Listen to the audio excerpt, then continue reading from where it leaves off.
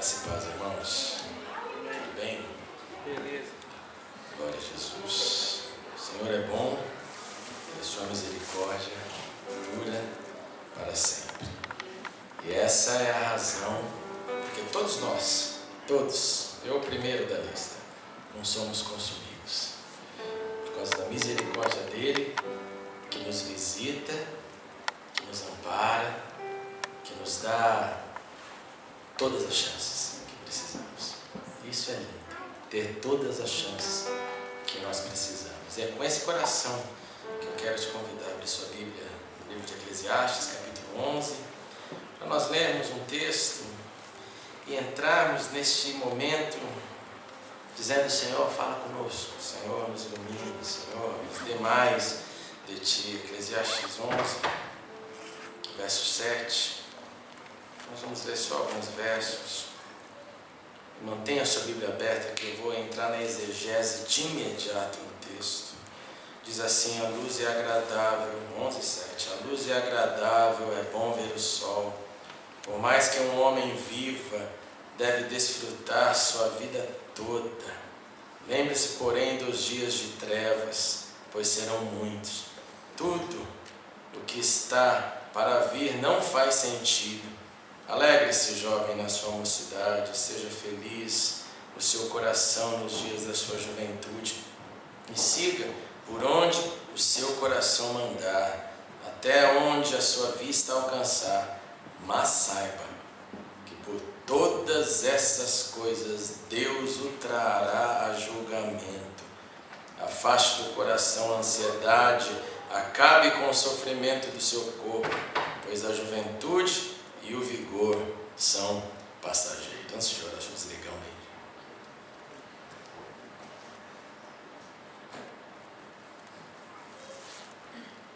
Vamos orar. Pai, nós aqui continuamos na Tua doce presença e pedimos agora: fale conosco. Abre-nos os corações, as mentes, os ouvidos e dá-nos condição de ouvir, Senhor, aquilo que Tu tens para falar, porque a Tua palavra é verdade. E é diante dela que nós nos curvamos esta noite, com gratidão, porque a Tua misericórdia dura para sempre. Que seja assim, Senhor, por todos os nossos dias. Então faz a Tua vontade esta noite. Em nome de Jesus. Amém e amém. Irmãos, eu preguei há um tempo atrás sobre o livro de Eclesiastes e quero crer que vocês se lembram mais ou menos do que disse na introdução sobre esse livro do pregador, esse livro de alguém que fala para uma assembleia, esse livro que logo no início tem esse claim, essa voz que assume a autoria de Salomão. Alguns não acreditam, eu sou dos que acreditam, e que é de alguém que depois de ter passado por uma experiência fala o que aprendeu. Não é de alguém teórico que não passou por alguma coisa e fala sem entender. Não dá para ler Eclesiastes sem esse negócio na mente. Alguém que passou por aquilo que está falando, por aquilo que na maioria das vezes ele chama de vaidade, ele chama de vapor, que a vida é assim, a vida passa, a vida se evapora, né? Que nós chamamos em algumas traduções como vaidade. É algo que você não pode manter, como a beleza que não pode ser mantida no seu mesmo patamar todos os dias da sua vida. Assim é a vida. Você não pode manter o corpo igualzinho desde quando você era jovem. Assim é a vida, por mais que você e eu cuidemos disso. E esse pregador fala assim, e fala a uma assembleia. Ele dá conselhos, ele dá ideias, ele dá dramas. Ele fala de momentos que a vida de todos nós passa por esses momentos. Momentos que horas são bons, momentos que horas são ruins, momentos que horas são de paz, horas são de extremas guerras. E nesse capítulo, nesse trecho que nós lemos, é chamado em alguns subtítulos de conselhos para os jovens. E a razão de ser conselho para os jovens é porque uma das interpretações desse texto é que acreditam que ele está falando para quem está na flor da saúde. Não só da idade, porque vocês sabem, quando nós comparamos a nossa idade com a idade do povo da Bíblia, existe uma diferenciação. Então é todo aquele que poderia também se sentir jovem, não jovem com aquela nossa métrica de 18 a talvez 35. Vamos pensar assim, não, pelo contrário, mas de todo aquele que pode estar com 60, se sentindo jovem. Agora vocês gostaram, né? Porque é assim que funciona. Quem conhece a irmã Eunice sabe do que eu estou falando. Não é verdade? Então, é o coração, é essa disposição. E ele de imediato, olhe aí comigo, olhe para a sua Bíblia. Ele de imediato dispara alguns conceitos, e o primeiro conceito que ele dispara é o conceito de contemplação. Ele fala o seguinte: a luz é agradável, é bom ver o sol, é bom contemplar a natureza, é bom ser aquecido pelo sol, é bom olhar para a vida, como essa ideia de um dia ensolarado, de começar um dia e se você vê o sol pela janela, é muito diferente do que se você enxergar o cinza, o frio e a ventania. Eu começo meu dia olhando pela janela e vendo se está vento. Quando as árvores estão balançando, você fala: ixi, está ventando. É bom e agradável ver o sol, é uma chamada para contemplação. O pregador, ele acha bom, ele se sente inspirado pela natureza. Ele poderia ter falado aqui qualquer outra variação da natureza. É bom e agradável ver uma cachoeira. Também não é bom? Quem não gosta? É bom e agradável olhar para o mar. Quem não gosta? É bom e agradável ver uma flor nascendo no fundo do quintal. E ele continua: por mais que um homem viva, ele deve desfrutar. E aí ele já começa de imediato com um tema que é o tema desse trecho: desfrute a vida, seja feliz. E o chocante é que o pregador, que disse no início que passou por muitas adversidades, ele tem coragem de dizer: desfrute, que do homem deve desfrutar sua vida toda. O mesmo homem que diz que há tempo de guerra e tempo de paz. O que me faz pensar que é alguém que consegue ver com otimismo, com coragem, qualquer uma das facetas da vida. E que eu posso desfrutar qualquer momento, mesmo quando o momento não é tão bom como eu gostaria. Tudo depende da ótica pela qual um vê uma situação, uma adversidade. Ele continua dizendo: lembre-se, porém, dos dias de trevas. Alguns interpretam isso como os dias da velhice. Outros interpretam isso como os dias das dificuldades. E outros interpretam isso como os dois. É tanto a velhice quanto a adversidade. Porque são dias que a vida muda. E todos nós um dia vamos enfrentar isso. Eu fico imaginando isso, quando você fica tendo as suas limitações. E hoje eu convivo com algumas pessoas assim, que têm limitações. E essas limitações não permitem às vezes eles fazer coisas que faziam no passado. E é engraçado você ver a frustração no olhar, no rosto. Eu fiz um batismo a semana passada em Barking. Foi um momento lindo. E a pessoa que costumava tirar os tablados, igual aqui, só que lá é gigantesco o negócio, é muita madeira para tirar. E ele, sempre que a gente tira, ele fala: que dor que me dá no coração, porque agora precisa de 5 pessoas para fazer, e eu fazia sozinho. Tamanha era a minha alegria de servir a Deus e ver um batismo. Eu não queria que ninguém me ajudasse. Eu não sei nem como ele fazia isso, porque o negócio é pesado para burro. Em 2 já é brabo. E ele fazia sozinho. Guarda essa informação, vai servir para daqui a pouco. De alguém que faz com alegria e que não se importa se tem alguém ao redor fazendo ou não. Mas o pregador nos diz: precisamos ter consciência, porque apesar de desfrutar a vida e a vida toda, tem dias de trevas, tem dias difíceis. Tenha consciência do que ele está chamando a atenção. Aí ele segue no verso 9 de novo, trazendo o tema: alegre-se, jovem, na sua mocidade. Alegre-se, faça momentos, crie situações para poder dar risada, para poder sorrir. E cada um aqui tem algo que alegre o seu coração. Nós cantamos hoje: vou te alegrar, que é a ideia de alegrar a Deus, de alegrar a si próprio na presença de Deus. Cada um aqui tem a sua lista do que te deixa feliz. Ele fala: alegre-se. E ele segue dizendo, como não se bastasse o alegre-se, ele diz: seja feliz o seu coração nos dias da sua juventude. Se a tua juventude então durar 90 anos, seja feliz. Se a tua juventude durar um pouco menos, seja feliz. E ele continua dizendo sobre discernimento. Ele fala: siga por onde o seu coração mandar. E tem um componente aqui fantástico, que é até onde a sua vista alcançar. Porque você vai chegar exatamente aonde você enxerga. Eu vou repetir: você vai atingir o que você enxerga. E se a tua vista, se a tua visão for boa, você tem tem chance de atingir coisas boas. Se a sua visão for ruim, você tem todas as chances de alcançar também com todos os malefícios da ruindade humana e da ruindade dos planos equivocados. Ele continua dizendo também que eu tenho direito de ir e ouvir o meu coração, mas tenho que ter a certeza de que tudo que eu fizer eu vou prestar contas um dia. E isso me coloca um certo parâmetro, que quer dizer o quê? Eu tenho liberdade, mas é uma liberdade condicionada com aquilo que é correto. Porque não é porque você é livre, você pode pirar, falar, tem um plano ruim. E você pode fazer o teu plano ruim, mas você tem que se lembrar que um dia você vai ter que prestar contas para Deus. Não me pergunte como vai ser esse dia. Eu não tenho nem ideia e não acredito que ninguém tenha ideia desse dia. Quando nós chegaremos diante de Deus, eu não sei se ele vai pegar um iPad dele, o iPad 10, e vai abrir e vai falar, você lembra desse dia? E tocar o player YouTube, o YouCells, e falar, foi assim que você fez. Eu não sei. Eu sei que a Bíblia é bem clara, que eu vou prestar conta das minhas atitudes. Que você vai prestar conta das suas atitudes. Como? Espere para ver. Talvez a gente chore junto depois da vergonha. E ele continua dizendo, afaste então o seu coração a ansiedade. E acabe com o sofrimento do seu corpo, porque a juventude e o vigor são passageiros. E a ansiedade destrói. A ansiedade sufoca. A ansiedade causa inércia.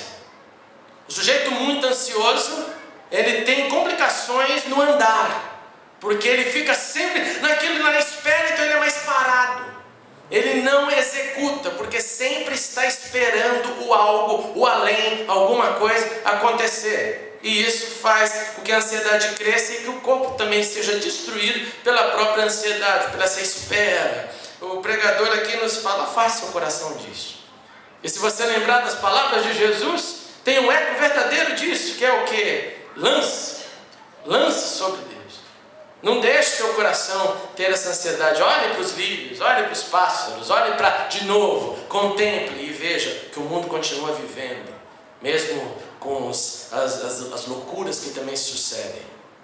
Em outras palavras, Salomão nesse texto, nessa breve exegese, está falando do quê? Seja feliz. Seja feliz. Mas ele termina aqui. E é claro que se eu fosse terminar esse livro inteiro, falando do livro inteiro, eu teria que terminar dizendo para você que sim, depois de falar todas as variantes de felicidade, de caos, de luta, de alegria, ele termina dizendo, lembre-se que a suma é, tema a Deus. Tema a Deus. E de novo ele completa, porque nós vamos dar conta para Deus. Isso é o que ele fala. Mas hoje eu gostaria de, uma vez feita essa exegese desse texto, falar com você como se eu estivesse falando com a Camila, ou como eu vou falar com ela um dia, quando ela perguntar para mim, papai, o que eu preciso fazer para ser feliz? Porque eu sei que para muita gente, quando lê um texto desse e recebe uma explicação, seja feliz, legal, mas e aí? E eu quero te compartilhar algumas coisas porque eu acredito que essa é parte da minha parcela na vida, de ver gente feliz. Eu tenho um verdadeiro desejo de ver pessoas felizes, de ver pessoas tranquilas com a sua vida, mesmo que essa vida seja em frente ao caos. E essa felicidade, ao meu ver, ela só pode vir se alguns passos forem assumidos e realizados. E para mim, a felicidade, eu estou falando no geral, a felicidade, ela vem na vida de quem vê, ouve com atenção, na Bíblia, na fé, no servir, o como viver com significado. Eu não acredito em felicidade plena sem esses itens. Eu não acredito que felicidade seja o produto do sucesso profissional, da harmonia sentimental somente. Que é o que você luta e eu luto a maioria do meu horário, da minha vida para conseguir. Qualquer pessoa de bom senso quer ter uma harmonia, uma estabilidade emocional. Ele quer chegar para casa, ele quer chegar em casa, ele quer amar e ser amado, E ele quer não ter a preocupação absurda do será que eu vou ter dinheiro no final do mês ou não? Verdade ou não, irmãos? Ou tem alguém aqui que não precisa de estabilidade emocional e de financeira? Qualquer uma dessas, desequilíbrio nessas duas áreas, leva o ser humano facilmente à loucura, a passos errados. Porque é isso que atrai a nossa mente. É isso que nós projetamos. Quando você acorda de manhã e vai para o teu trabalho, é porque você não quer enfrentar, nem eu, uma adversidade financeira que te coloca totalmente sem condição nenhuma mais para viver. Quando você nutre as expectativas do amor e dá amor e recebe amor em casa, e assim nós devemos fazer como fazemos num vaso de flor, como a gente faz para algo que depende da gente, é porque o ser humano não quer ficar sozinho. Eu não creio que pessoas tenham vocação disso, mesmo os celibatos. Eu acho que deve ser uma coisa realmente complicada, mas eu vou conversar com isso com o Paulo quando eu chegar lá. E, como eu disse, aquele que vê na Bíblia, na fé e no servir, a chance de ser feliz, é porque ele vê, número 1, na Bíblia, o alimento, a nutrição, o desafio. Isso que a gente fez agora há pouco, interpretar, cavucar no texto e tirar algo que possa ter um eco na minha vida, que me dá uma base. É esse alguém que vê na fé. E aqui eu me refiro aos desafios não só do crer, o entry level, mas o crer cada vez mais e que experimenta novas medidas de fé. E quando eu digo caminhada ou servir na caminhada, é a aplicação daquilo que eu recebo quando leio e depois de ler eu acredito e depois de acreditar eu executo. Vou repetir, eu leio, eu entendo, eu masterizo quando eu coloco em prática na minha existência e eu coloco em prática também no meu serviço. De modo que eu realmente, irmãos e irmãs, vou repetir, acredito que um ser humano que se alimenta da Bíblia, da teoria, e pega essa teoria e vive crescendo na fé, absorve essa teoria, esses conceitos, e prossegue no servir, que é o materializar daquilo que se recebeu, este ser experimenta felicidade. Esse ser experimenta harmonia. Esse ser percebe que consegue viver com entrosamento nas diversas áreas da vida. Seja ela escola, seja ela trabalho, seja ela em casa, seja ela onde for. Agora você pode estar pensando, mas é só isso então? Ele está falando aqui que, olha, eu creio na Bíblia, eu tenho fé e eu sirvo a Deus e é só isso. Mas normalmente nós pensamos é só isso, mas não é só isso, é tudo isso. Isso não é conversa para criança. Isso não é fácil. E eu vou descer um pouco mais. Número 1, a Bíblia, irmãos e irmãs, ela não pode ser escutada e interpretada somente aqui na igreja. A Bíblia não pode ser somente o nosso focal point dos agrupamentos coletivos. A Bíblia não pode ser simplesmente esse livro que eu tenho um contato e que me toque, que eu exijo que Deus fale comigo, porque se Ele não falar comigo eu vou sair reclamando. Para quem acha que não estou exigindo nada, está sim. E deve ser assim. Porque eu venho para a casa de Deus com a expectativa de ouvir algo. Senão eu ficava só na universidade, onde eu aprendo lectures, onde eu ouço ideias e discuto ideias. Mas a maioria se encontra com a Bíblia só no agrupamento coletivo.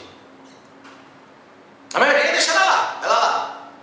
De modo que entra ano, sai ano, entra dia, sai dia, entra semana, sai semana, e a visão daquilo que Deus é, daquilo que Deus quer fazer, fica lá, parada, fechada. Eu acho que o outro grande problema disso é não só deixá-la fechada e não ter esse contato, essa vontade de encontrar nela, como eu disse, de cavucar e tirar aquilo que pode nutrir a minha vida. É quando o sujeito já tirou uma vez, mas não entrou no segundo nível, que é o nível da fé daquilo que tirou do texto. Mas antes dele, eu quero te jogar uma pergunta para borbulhar na sua cabeça. O que você aprendeu da Bíblia essa semana? O que você aprendeu da Bíblia semana passada? O que você aprendeu da Bíblia mês passado? O que você aprendeu da Bíblia nos 6 últimos meses? O que você aprendeu da Bíblia no último ano? E a nossa resposta, eu tenho certeza, não é aquilo que talvez nós gostaríamos que fosse. Mas ela fica lá, ela é santa, ela está lá, ela é a palavra, a gente acredita, a gente dá graças a Deus, a gente quando fala de perseguição, sente o coração até um pouco mais, poxa vida, tem gente que não tem a Bíblia e tal, mas ela continua lá. O alimento continua lá para quando dá. Eu quero em nome de Jesus que a gente faça uma campanha aqui, não falei com ninguém ainda, não sei com a Cecília sobre isso, acho que eu mencionei na quarta-feira também algumas ideias. Eu recebi um apelo que o governo chinês, num momento singular da história, permitiu que uma gráfica chinesa, isso é agora, permitiu que uma gráfica chinesa fizesse um contato com a Sociedade Bíblica Internacional e deu a permissão para imprimir 3,5 milhões de Bíblias. Porque a média de uma Bíblia numa igreja de 100 pessoas, ou em outras palavras, a cada 100 pessoas, a China ainda tem uma Bíblia. Nós não temos 100 pessoas aqui, e você imagina que a gente tivesse que dividir, a Bíblia fosse a única do pastor, e a gente tivesse que dividir entre eu ler, estudar, fazer sermão e com todos vocês.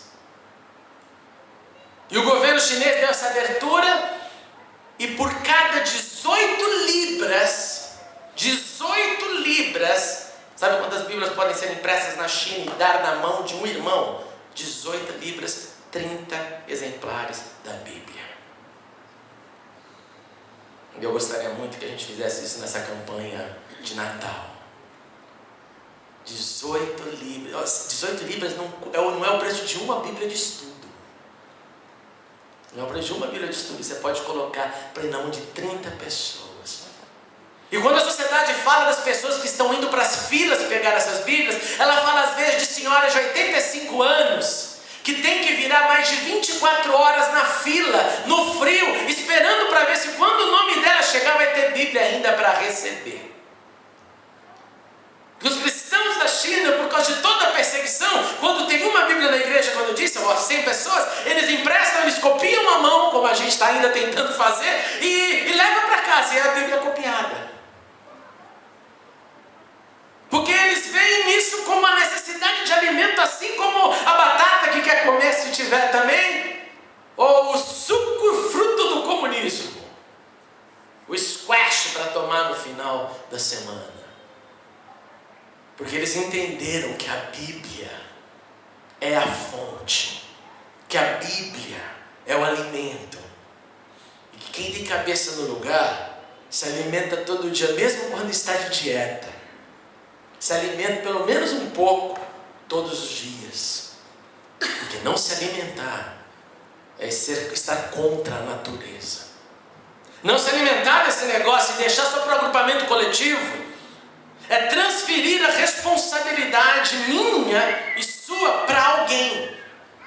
É falar que ele fale, que ele explique, que ele interprete, e eu vou lá ouvir. Isso é farisaísmo. Isso é hipocrisia. E o pior, com muito amor eu digo, isso é ingratidão. Porque se nós não tivéssemos, nós estaríamos lutando para o governo permitir, para alguém deixar fazer isso. Na Bíblia nós encontramos a inspiração, a força, os modelos, a revelação, a direção e o caminho para a felicidade que o pregador nos incentiva a viver. Aí vem a fé. A fé é essa experiência pessoal, gente, ela é individual, ela que me possibilita absorver o que eu aprendi através do ouvir e o ouvir a palavra de Deus. Gente, a fé é como sentir um gosto de um alimento. Eu gosto dessas fórmulas que os ingleses usam às vezes sobre as explosões dos diferentes gostos, dos diferentes spices que se adicionam numa comida e aquilo explode na boca quando a gente come e mastiga. E quem é bom de paladar fala o quê? Isso aqui parece que você colocou não sei o que. Você colocou gengibre e canela. Eu posso sentir, eu não sou desse tipo. Eu como e falo, que delícia, mas eu não consigo fragmentar. A fé é como sentir esse gosto. Eu pego as explosões dessa palavra que reviram. É o espelho que fala, você é mau, cara. Você é mau.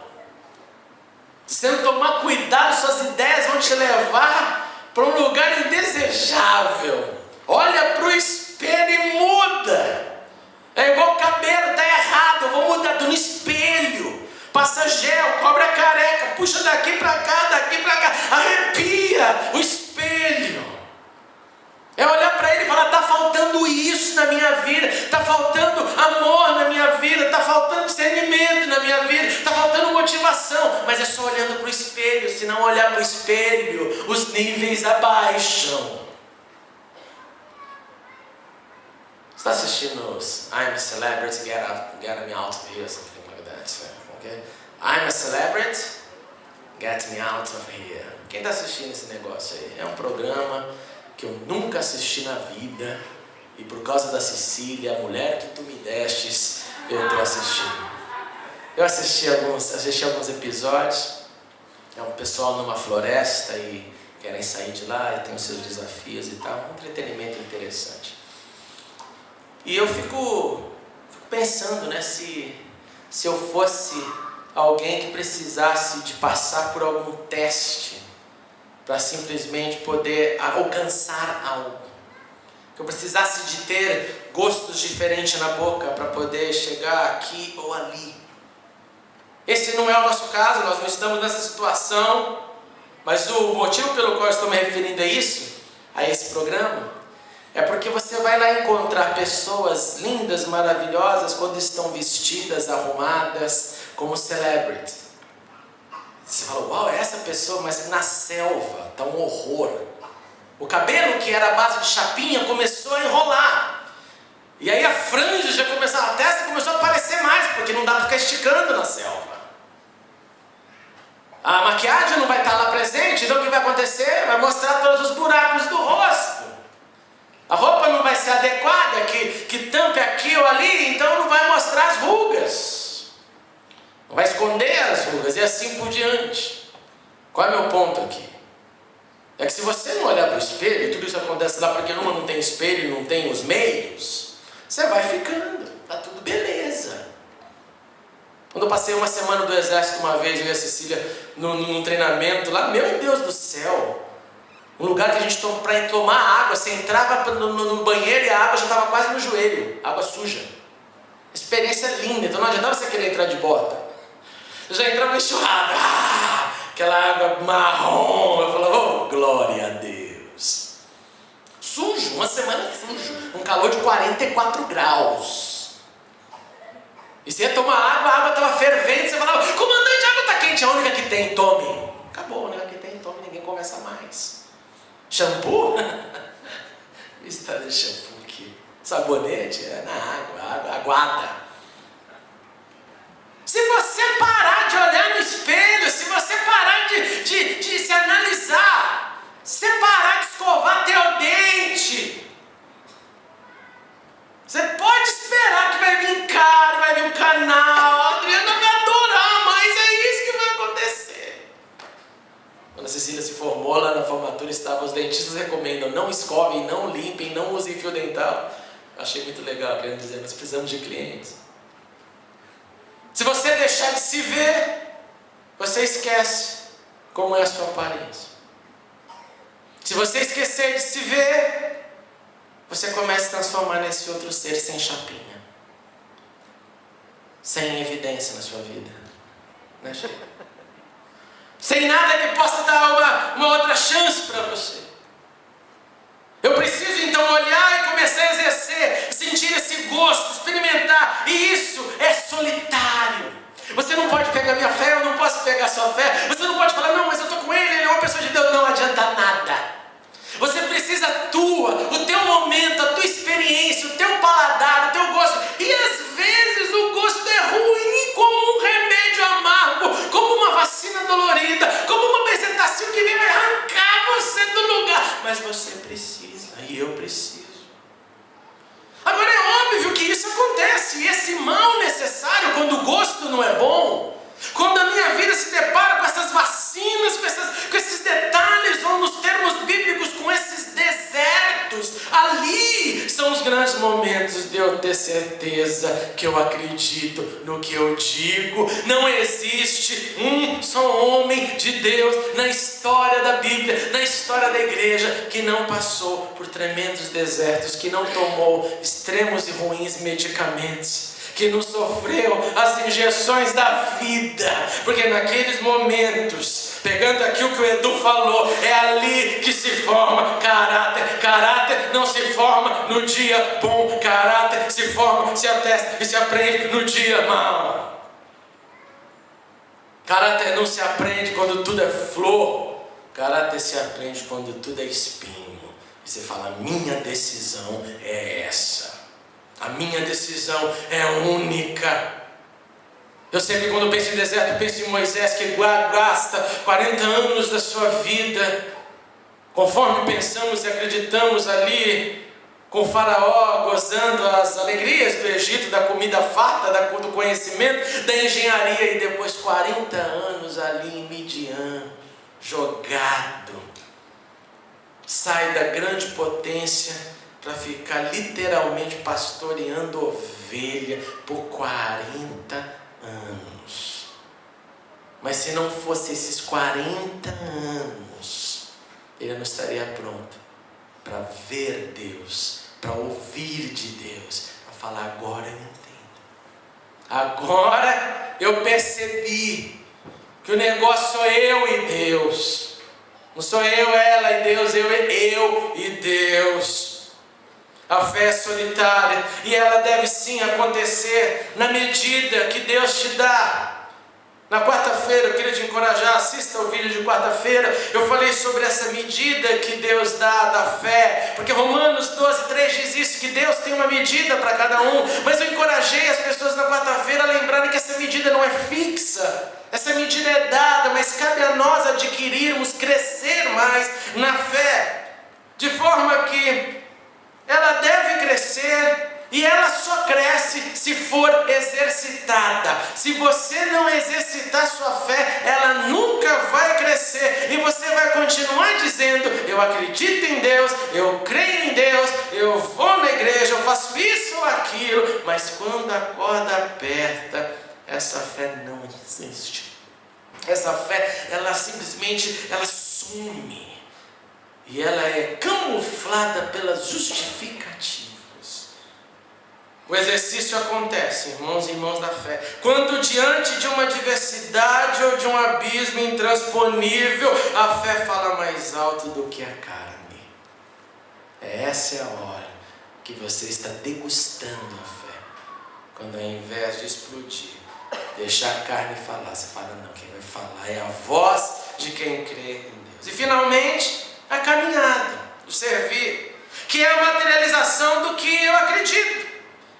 E ela só acontece também se eu colocar em prática. Eu recebo a teoria, eu assimilo dentro de mim, no deserto, no dia bom, no dia que o gosto está favorável, e eu estou no louvor, contemplando a minha fé, e no outro dia eu estou diante de uma luta, e estou diante de Deus. Depois dessa assimilação individual, interna e pessoal, aí vem a hora de materializar no mundo externo, no mundo exterior, com o meu serviço, com as oportunidades que estão diante de mim, com aquilo que eu posso apertar alguns botões e fazer coisas acontecerem, com a minha motivação, com o meu amor, com o meu compromisso. Semana passada foi aniversário de Poços de Caldas. Eu não conheço essa cidade de Minas Gerais, com conexão minha, porque meus pais moram lá, meu pai nasceu lá, foi criancinha para São Paulo, e por isso eu amo a cidade, tem uma história muito bonita. Eu estou preparando a minha mensagem, e eu sempre preciso de algo para ouvir. Eu não estudo com silêncio, eu preciso de barulho, E eu deixo o rádio, eu deixo alguma coisa ligada. E estava lá ligado o rádio, daqui a pouco eu ouço no rádio, aniversário de Poços de Caldas. Na hora, eu parei, peguei um e-mail, peguei uma música que eu escrevi há muitos anos atrás para a cidade, botei no e-mail, mandei para o radialista. Tá aí uma música para você, parabéns, Poços de Caldas. Não falei nada. Daqui a pouco chega o e-mail de volta, posso tocar? Aí eu respondo, pode, mas me avisa para eu avisar meus pais, porque meus pais ficam emocionados, a filhinha na rádio. Quando ele me responde, respondeu o e-mail, a internet caiu em um momento, quando ele voltou, ele falou, ixi, já toquei. Ele não esperou nem eu falar assim, já foi pela fé, pegou, se apropriou e tocou, que eu achei bárbaro. Mas depois ele falou, vou tocar de novo. Toca de novo. Mandei e-mail, chamei meus pais, aí descobri que ele conhecia meu pai, que meu pai conhecia ele. E ficou aquela alegria toda, e no final eu já sapequei um e-mail. E aí, conclusão, ele está me esperando para eu dar uma entrevista na rádio quando eu for lá agora. E eu achei muito legal, muito gostoso, porque acontece muito esse tipo de coisa na minha vida. Coisa que você aperta um botãozinho assim, de uma oportunidade, deixa eu fazer. A música não falava nada de Deus, hein, gente? Não era nada Senhor te louvo, nada disso. Era uma música popular, no mais estilo regional. Falando da cidade. Mas por causa dessa conversa, dessa música, desse aniversário, desse e-mail, dessa canção, eu vou ter um microfone para poder discutir ideias. Discutir ideias, que é o que eu gosto de fazer. Vai chegar lá, olha, então vem aqui, irmãos, de Poços de Caldas. Começar. Discutir ideias, falar, quer saber alguma coisa lá da Inglaterra, você quer? E compartilhar. E servir. Se servir para alegrar alguém, um ouvinte lá, o cara, um cara ouve, que legal, que legal. Pôr em prática o amor. Pôr em prática deixa eu te ajudar a contemplar a vida. Deixa eu te ajudar a olhar para a vida de uma maneira leve. Segundo, se eu tenho motivação, eu vou criar situações como mencionei. E se eu tenho motivação, essa motivação, ouve isso, essa motivação, ela não deve ser afetada por aqueles que estão ao meu redor. Eu escrevi dessa forma, a qualidade do meu servir, do materializar da minha fé, que é minha, ela não pode ser afetada pelo descompromisso do meu próximo. Agora ficou difícil. Não ficou? Ou você fica animado com o descompromisso do próximo? Alguém aqui se entusiasma com o descompromisso do próximo? Você marca para fazer, marcou eu e o João, nós dois, vamos lá, hein? O João, ótimo! Chega na hora, o João fura. Aí eu falo, que gostoso que o João furou. Tudo que eu queria. Ele fica, não, eu vou falar, caramba, João. Você furou, cara. A gente combinou, era os dois, dividido. 50% 50%. A gente estava no esquema juntos. Todo mundo se afeta por isso. Mas eu repito, a qualidade do meu servir, que é a materialização daquilo que eu digeri, que vem da teoria, livro, espelho, Bíblia, não pode ser afetado pelo próximo. E quando o próximo afeta o meu chamado compromisso, a minha determinação, olha, eu tenho péssimas notícias para você. Você ainda não entendeu o que é compromisso. E se você quiser provas disso, já deveria ter visto na atitude, compartilhei com o senhor um dia desse sobre isso, sobre a atitude de Josué e Caleb, que aguentou um rojão de 40 anos por causa do descompromisso do alheio, do próximo. Moisés mandou que esses dois homens a entrarem na terra prometida. Chegando na terra prometida, dá para quê? Vigia, dá uma olhada lá, espie, nós vamos entrar. Deus não nos tirou do Egito para fazer a gente morrer no deserto. Deus nos tirou do Egito para a gente conquistar Canaã. Simples, fato. Deus não mandou 10 pragas para deixar a gente sofrendo no deserto. Deus não fez com que passasse centenas de anos de sofrimento até que Ele preparasse um tipo de Messias, de Salvador, de homem que vinha para libertar, para falar, chegou na praia, viu o mar e morre, então. Só que quando chegou lá em Canaã, o que aconteceu? Eles olharam a situação, está difícil, isso não muda, os homens são grandes, a terra é boa, mas não vai dar. Consequência? Moisés lindinho? Não dá, está difícil.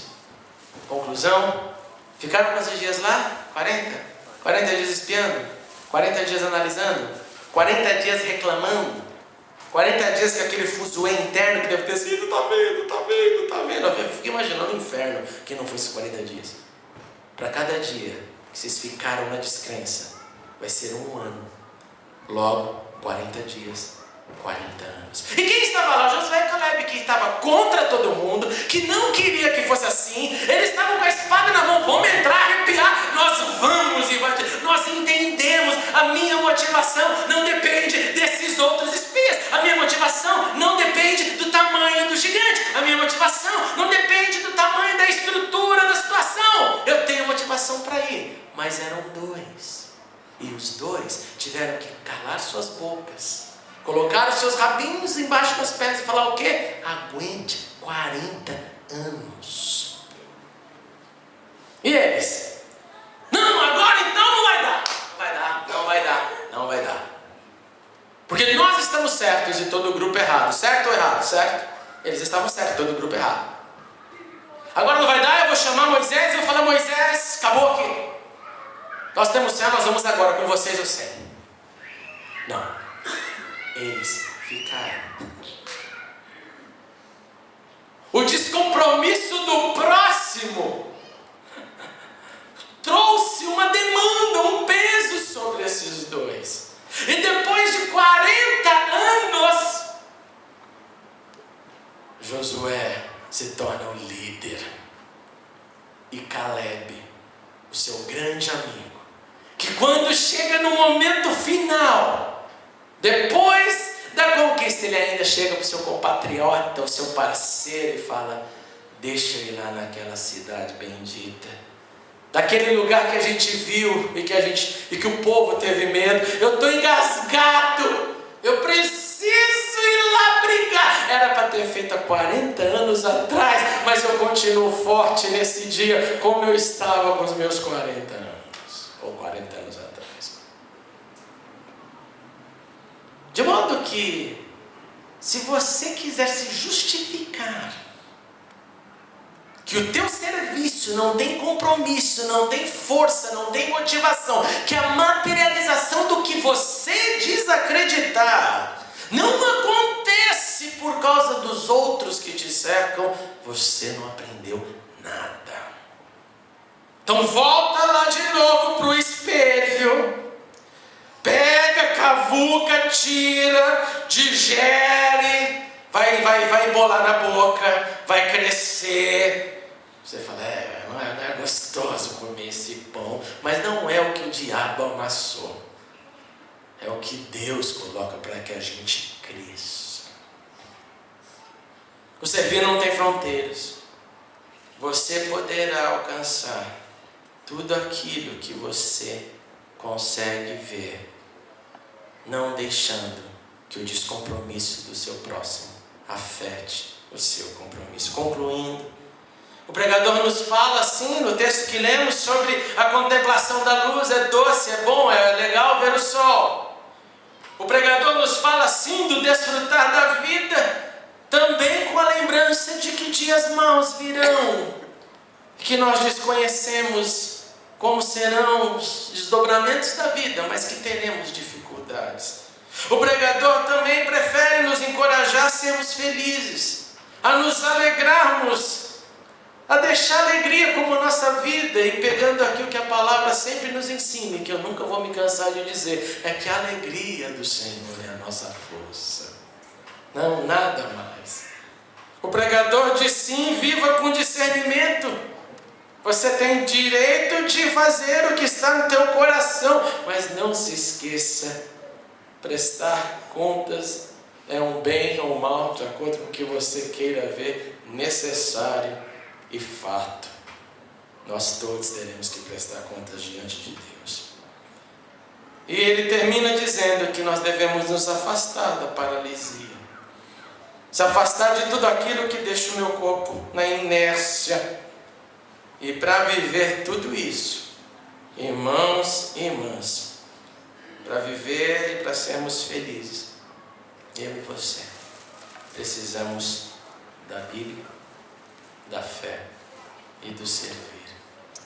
Que assim seja no nosso meio, que assim seja na tua vida, que assim seja nas tuas decisões, que assim seja quando você acordar e estiver pensando em ser reativo ou proativo. Essa é a minha oração constante. Vamos ficar de pé.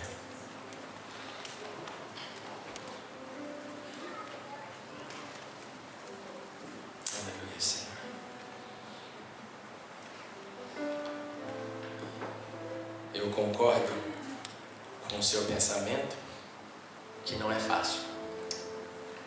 Eu concordo com ele. Mas essa é a fórmula para todos nós. E quanto mais nós tirarmos da Bíblia, olhar para esse espelho, digerir, o resto viram detalhes,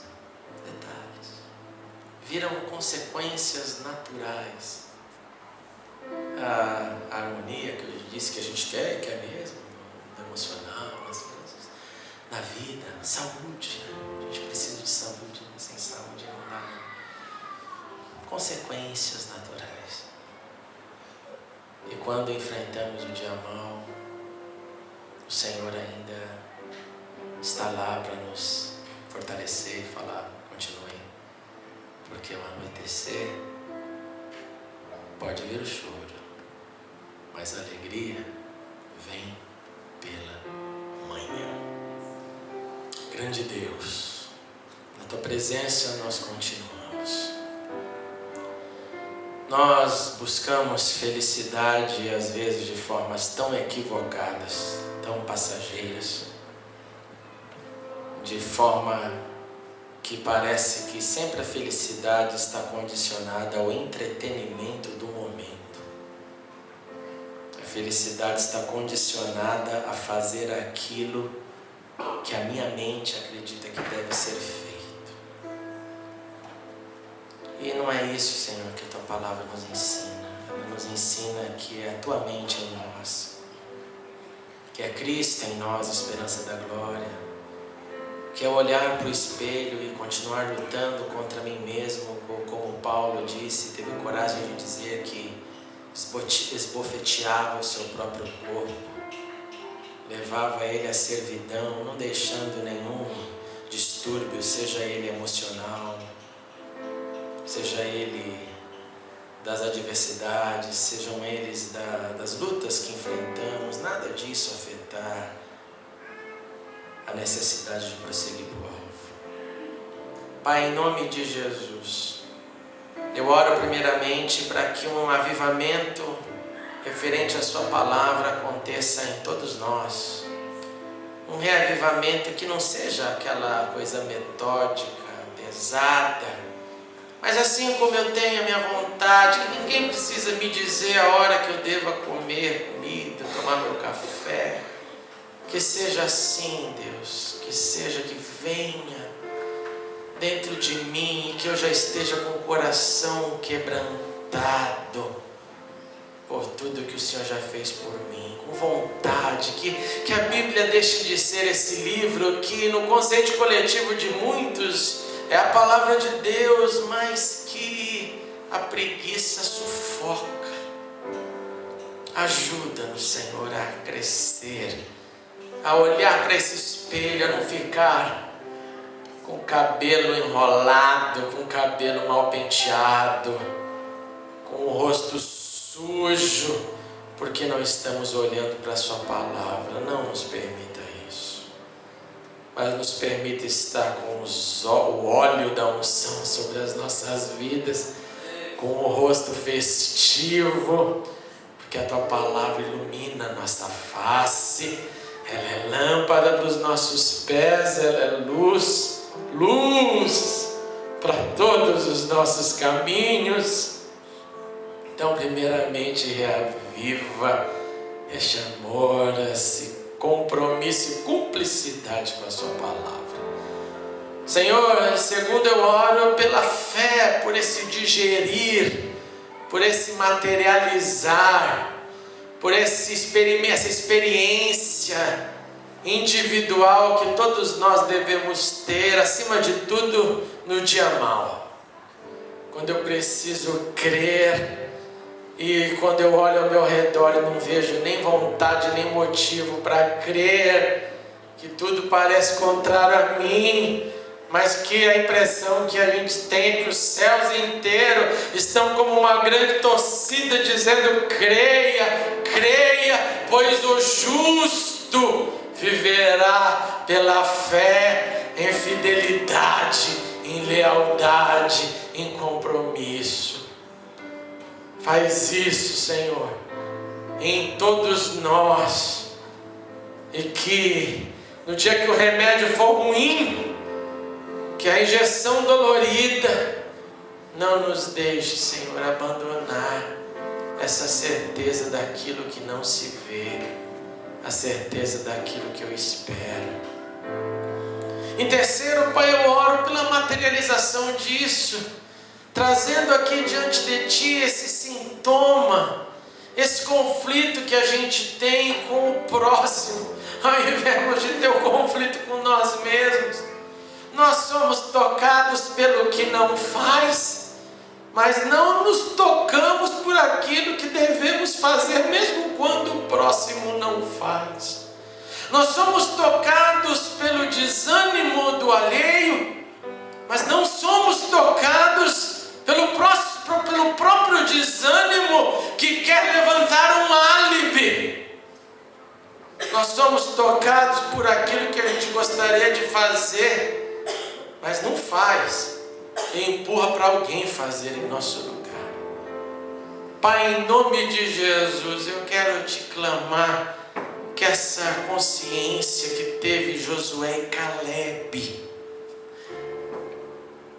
de serem realmente removidos do momento do sonho na hora que eles desejavam, e que não permitiu que eles abandonassem o seu ideal, a sua fé, o seu serviço, que isso continue em nós, que ninguém abale o seu próximo, ou melhor dizendo, que nenhum próximo abale o meu serviço, o nosso serviço. Faz isso em nós, Senhor. E dá-nos aqui também, para todos nós, essa consciência de exercer este perfil profético nessa comunidade, de não aturar esse tipo de justificativa como sintoma do espiritual. Mas pelo contrário, que quando qualquer um de nós, Senhor, estejamos dando as nossas desculpas por causa do próximo, que a gente possa se unir em amor, em compaixão, em carinho, um ao outro, dizendo não faz assim não. E que haja em todos nós a prontidão para ouvir, a prontidão para imitar os modelos que temos na Tua Palavra, e não na humanidade. Em nome de Jesus, Senhor, eu te rogo, eu te clamo, porque eu confio em Ti, em Ti somente, e porque eu quero ver os meus irmãos e irmãs felizes em todas as áreas, e assim oramos, em nome de Jesus, o Senhor. Amém. Amém. Antes de sentar, dá uma